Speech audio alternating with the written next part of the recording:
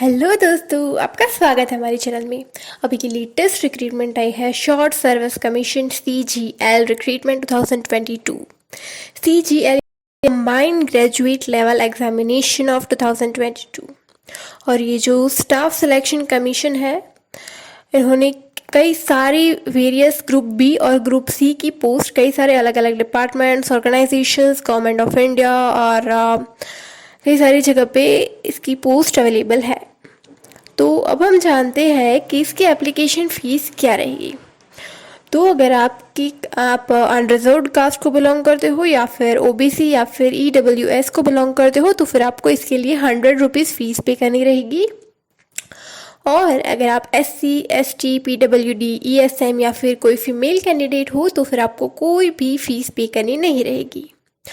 और mode of payment online ही रहेगा, यानी कि आप कोई भी क्रेडिट कार्ड, डेबिट कार्ड या फिर वीज़ा या फिर UPI पेमेंट कर सकते हो। अब आइए हम जानते हैं कि इसके लिए इम्पोर्टेंट डेट्स क्या है। तो इसकी एप्लीकेशन फॉर्म फिलिंग स्टार्ट होगी 17 सितंबर 2022 से और लास्ट डेट ऑफ एप्लीकेशन रहेगी 8 अक्टूबर 2022। यानी कि आपके पास टोटल 20 डेज रहेंगे इस एप्लीकेशन को फिल करके, पेमेंट करके सबमिट करने के लिए। और इसकी एग्ज़ाम ली जाएगी दिसंबर 2022 में। अब आइए हम जानते हैं कि इसकी एजुकेशन क्वालिफिकेशन की रिक्वायरमेंट क्या है।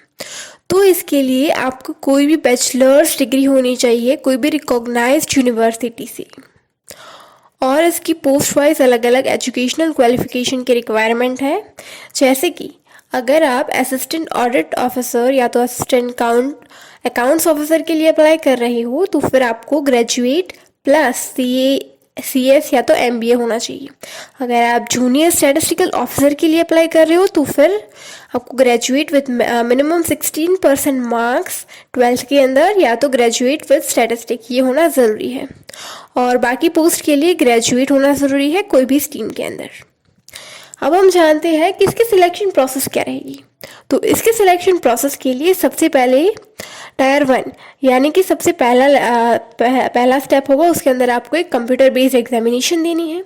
उसके बाद टायर 2, उसमें भी सेम आपको एक कंप्यूटर बेस्ड एग्जामिनेशन देनी होगी। उसके बाद आपकी डॉक्यूमेंट्स वेरीफाई किए जाएंगे कि क्या आपने जो भी डिटेल्स फिल की है ऑनलाइन एप्लीकेशन में वो रियल है या नहीं। उसके बाद लास्ट में एक मेडिकल एग्जामिनेशन कंडक्ट होगी जिसके अंदर वो लोग आपको चेक करेंगे क्या आप मेडिकली फिट हो या नहीं। अब हम जानते हैं कि ये जो टायर 1 है उसकी एग्ज़ाम पैटर्न क्या रहेगी। तो टायर 1 के अंदर ऑब्जेक्टिव टाइप क्वेश्चंस होंगे और MCQ टाइप क्वेश्चन होंगे।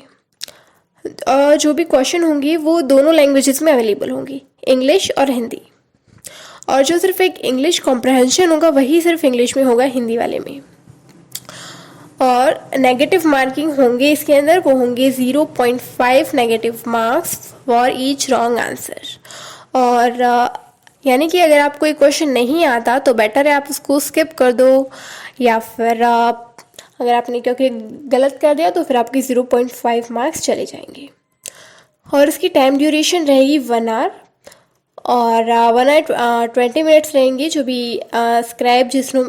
भी कैंडिडेट स्क्रैब का यूज़ करेंगे उनको 20 मिनट्स एक्स्ट्रा मिलेंगे। और अब हम जानते हैं कि जो टायर 1 एग्जामिनेशन है उसके अंदर सब्जेक्ट क्वेश्चंस और मार्क्स क्या रहेंगे। तो उसके अंदर टोटल 4 सब्जेक्ट्स रहेंगे।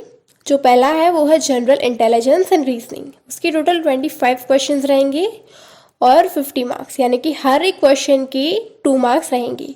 और अगर आप उसको रॉन्ग अटैम्प्ट करते हो तो 1/4 माइनस, यानी कि 0.5 मार्क्स कट जाएंगे। Same general awareness, quantitative aptitude और इंग्लिश कॉम्प्रहेंशन, इसके टोटल 25 क्वेश्चंस रहेंगे। इन तीनों के 25 25 25 और 50 50 50 मार्क्स, यानी कि टोटल 100 क्वेश्चंस होंगे और 200 मार्क्स का पेपर होगा। अब हम जानते हैं कि ये जो टायर 2 है उसकी एग्ज़ाम पैटर्न क्या है। तो टायर 2 है वो पेपर 1 और पेपर 2 और पेपर 3 तीनों अलग अलग शिफ्ट्स में और डेज में कंडक्ट करेंगे। जिसके अंदर पेपर 1 होगा वो कंपलसरी होगा सारी पोस्ट के लिए। फिर जो पेपर 2 होगा वो सिर्फ उन्हीं के लिए होगा, जैसे कि जिसमें भी आप लाइक फॉर एग्ज़ाम्पल अगर आपने जूनियर स्टैटिस्टिकल ऑफिसर के लिए अप्लाई किया है तो फिर आपको पेपर 2 देना ज़रूरी है। और पेपर 3 सिर्फ उन्हीं के लिए होगा जो टायर 1 में और शॉर्टलिस्ट हो चुके हैं। जैसे कि आपने असिस्टेंट ऑडिट ऑफिसर के लिए किया है तो फिर आपको ये पेपर 3 देना ज़रूरी रहेगा। जो पेपर 1 है वो 2 सेशंस में कंडक्ट होगा, सेशन 1 और सेशन 2, और वो भी एक ही दिन में। सेशन 1 के अंदर मॉड्यूल 1 रहेगा और इस तरीके से आप स्क्रीन में देख सकते हो। तो ऐसे कुछ पैटर्न्स रहेगी और उसके लिए नेगेटिव मार्क होगा 1 for each wrong answer in section 1 and section 2। तो ये जो पेपर 1 है वो 2 सेशंस में कंडक्ट होगा, सेशन 1 और सेशन 2, और वो दोनों सेशंस एक ही दिन में होंगे। जो सेशन 1 है उसके अंदर 2 सेक्शंस होंगे, सेक्शन 1, सेक्शन 2 और मॉड्यूल 1 और सेक्शन 3। और सेशन 2 के अंदर मॉड्यूल 2 और सेक्शन 3, यानी कि टोटल ड्यूरेशन रहेगी 2 hours and 15 minutes, और सेशन 2 के लिए ड्यूरेशन रहेगी केवल 15 मिनट्स। और मैंडेटरी रहेगा कि पेपर 1 आपको सारे सेक्शंस क्वालिफाई करने रहेंगी। और जो टायर 2 है यानी कि उसमें पेपर 1, पेपर 2 और पेपर 3 होंगे, उसमें ऑब्जेक्टिव, MCQ और क्वेश्चंस रहेंगी और 0.5 मार्क्स आपके डिडक्ट होंगे फॉर ईच इनकरेक्ट आंसर। और मॉड्यूल 2 के सेक्शन 3 में paper 1 data entry speed test, यानी कि आप कंप्यूटर में डाटा एंटर कितनी स्पीड से करें, आपकी वर्ड स्पीड क्या है, वो उसकी एक टेस्ट होगी छोटी सी। और सेम वे इसके लिए सिर्फ आपको 15 मिनट्स चाहिए और वो भी उसी दिन हो जाएगी।